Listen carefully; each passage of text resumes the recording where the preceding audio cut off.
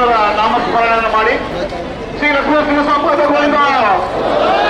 ಅಲ್ಲಿ ಭಕ್ತಾದಿಗಳು ಹೆಚ್ಚಿನ ಸಂಖ್ಯೆ ಕೂಗ್ತಾ ಇಲ್ಲ, ಜೋರಾಗಿ ಕೂಗಬೇಕು. ಶ್ರೀ ಲಕ್ಷ್ಮೀ ಸಂಪದ ಗೋವಿಂದ, ಶ್ರೀ ಲಕ್ಷ್ಮೀ ಸಂಪದ ಗೋವಿಂದ. ದಯವಿಟ್ಟು ಭಕ್ತಾದಿಗಳು ಇವತ್ತು ನಮ್ಮ ಪುರಾತನ ಪ್ರಸಿದ್ಧ ಐತಿಹಾಸಿಕ ತಂದೆ ಲಕ್ಷ್ಮೀ ನರಸಿಂಹ ಸ್ವಾಮಿಯ ಬ್ರಹ್ಮ ರಥೋತ್ಸವ ಸುಮಾರು ಬೆಳಗ್ಗೆ 8ರಿಂದ 9:30 ಒಳಗಡೆ ರಥೋತ್ಸವ ಜರುಗಿತು. ನಾವು ಸಹ ಪ್ರತಿ ಸಲದಂತೆ ಬಂದು ದರ್ಶನ ಮಾಡಿ ಪ್ರಸಾದ ಸೇವನೆ ಮಾಡಿದೆ. ಎಲ್ರಿಗೂ ಭಗವಂತ ಒಳ್ಳೇದು ಮಾಡಲಿ ಅಂತ ನಾವೆಲ್ಲ ಪ್ರಾರ್ಥಿಸೋಣ. ಒಳ್ಳೇದು ಬಯಸೋಣ, ಒಳ್ಳೇದು ಮಾಡೋಣ. ದೇವ್ರು ನಮಗೆ ಒಳ್ಳೇದು ಮಾಡ್ತಾನೆ ಭಾವಿಸ್ತೀವಿ. ಅಲ್ಲ, ಜಿಲ್ಲಾಡಳಿತ ತೀರ್ಮಾನ ಏನಿದೆ ಅಷ್ಟೇ. ಈಗೆಲ್ಲ ಮುಗೀತಲ್ಲ, ಸುಸೂತ್ರವಾಗಿ ಆಯಿತು.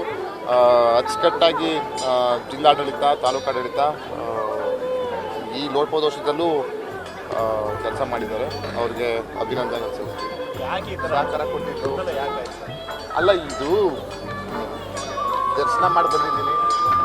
ಅದ್ರ ಬಗ್ಗೆ ಮತ್ತೆ ಮಾತಾಡೋದು ನಮಗೂ ಇಷ್ಟಲ್ಲ. ಏನಾಯ್ತು ಅಂತ ಹೇಳಿದ್ರೆ, ಮೊದಲನೇದಾಗಿ ಪೂರ್ವಭಾವಿ ಸಭೆ ನಡೀತು, ಜಾತ್ರಾ ಮಹೋತ್ಸವದ್ದು. ನನಗೂ ಸಹ ಇನ್ವೈಟಿ ಇದೆ. ಅದು ನಾನು ಯಾವುದೋ ಕಾರ್ಯನಿಮಿತ್ತ ನಾನು ಅಟೆಂಡ್ ಮಾಡೋಕ್ಕಾಗಲಿಲ್ಲ. ಅವತ್ತು ನಮ್ಮ ಭಕ್ತಾದಿಗಳೆಲ್ಲ ಚರ್ಚೆ ಮಾಡಿದ್ರು. ನಮ್ಮ ಬ್ಲಾಕ್ ಅಧ್ಯಕ್ಷರೆಲ್ಲ ಹೊಸ ಬಟ್ಟೆ ಹಾಕಿದ್ರು. ಅವತ್ತು ಸಭಾಮತದಿಂದ ಅಧ್ಯಕ್ಷತೆ ವಹಿಸಿದಂತಹ ಸ್ಥಳೀಯ ಶಾಸಕರು ಅದಕ್ಕೆ ಅನುಮತಿ ಕೊಟ್ಟರು. ಸರ್ವಾನುಮತ ತೀರ್ಮಾನ ಆಯಿತು. ಅದಾದ ನಂತರ ಏನಾಯಿತು, ನಮ್ಮ ತಾಯಿ ಏನು ಹೇಳಿದ್ರು, ನಾವೆಲ್ಲ ಹರ್ಚ್ಕೊಂಡಿದ್ವಿ, ನಿನ್ನ ಸಂಬಳ ಅಂತ ಏನು ಬರ್ತದೆ, ಸುಮ್ಮನೆ ಏನೇನೋ ಖರ್ಚು ಮಾಡೋದು ಬೇಡ, 2 ಲಕ್ಷ ಅದನ್ನ ತೆಗೆದುಬಿಟ್ಟು ದೇವರಿಗೆ ಅಂತ ಬರ್ಸ್ಬಿಟ್ಟು ಅದಾದನ್ನ ನಾನು ಕಳಿಸ್ಕೊಟ್ಟೆ ತಹಸೀಲ್ದಾರ್ಗೆ. ಅವರೊಂದು ರೆಸಿಪ್ಟ್ ಕೊಟ್ಟು ಅಲ್ಲಿಂದ ಶುರುವಾಗಿದ್ದು. ನೀವು ಹಣ ಕೊಟ್ಟಿದ್ದೆ ಇದಕ್ಕೆ? ಅಲ್ಲಿಂದನೇ ಶುರುವಾಗಿದ್ದು ಬಟ್ಟೆಗೆ ಅಂತ. ಅದಾದಮೇಲೆ ತಹಸೀಲ್ದಾರ್ ಬೇರೆ ಯಾರ ಹತ್ರ ಭಕ್ತಾದಿಗಳ ಹತ್ರ ಕಲೆಕ್ಟ್ ಮಾಡಿ ಬಟ್ಟೆ ತೊಗೊಬಂದರು.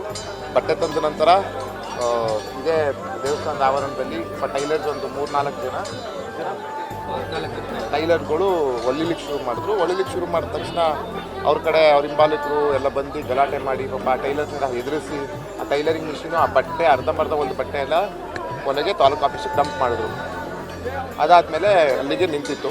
ನಾನು ಮಾನ್ಯ ಜಿಲ್ಲಾಧಿಕಾರಿಗಳ ಮೇಡಮ್ ಅವ್ರಿಗೆ ಕೇಳಿದೆ ಹೀಗೆ ಆಗಿದೆ ಅಂತ.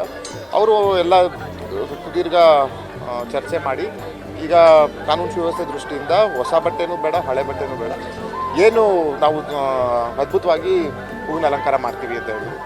ಆದರೆ ಅದು ನಾನು ಬದ್ಧವಾಗಿ ಒಪ್ಕೊಂಡೆ. ಆಯಿತು, ಈಗ ಜಿಲ್ಲಾಧಿಕಾರಿಗಳು ಹೇಳಿದ್ಮೇಲೆ ಈಸ್ ಅ ಡಿಸ್ಟ್ರಿಕ್ಟ್ ಮ್ಯಾಜಿಸ್ಟ್ರೇಟ್, ಹಾಗಾಗಿ ಅದಕ್ಕೆ ನಾವು ಗೌರವ ಕೊಡಬೇಕು ಆ ಸ್ಥಾನಕ್ಕೆ ಅನ್ನೋದ್ಬಿಟ್ಟು ಒಪ್ಕೊಂಡು ನಾನು ಸುಮ್ಮನಾದೆ. ಮತ್ತು ನಿನ್ನೆಯಿಂದ ನೀವೆಲ್ಲ ನೋಡಿದಿರಿ, ಬೆಳಗ್ಗೆಯಿಂದ ಯಾರು ಹೈಡ್ರಾಮಾ ಕ್ರಿಯೇಟ್ ಮಾಡಿದ್ರು, ಏನಾಯಿತು, ನಿನ್ನೆ ಸಂಜೆವರೆಗೆ ಏನಾಯಿತು, ಗೊಂದಲ ಗದ್ದಲ ಎಲ್ಲ ಏನೇನು ಮಾಡಿದ್ರು ಅನ್ನೋದನ್ನ ನೀವು ನೋಡಿದ್ದೀರಿ.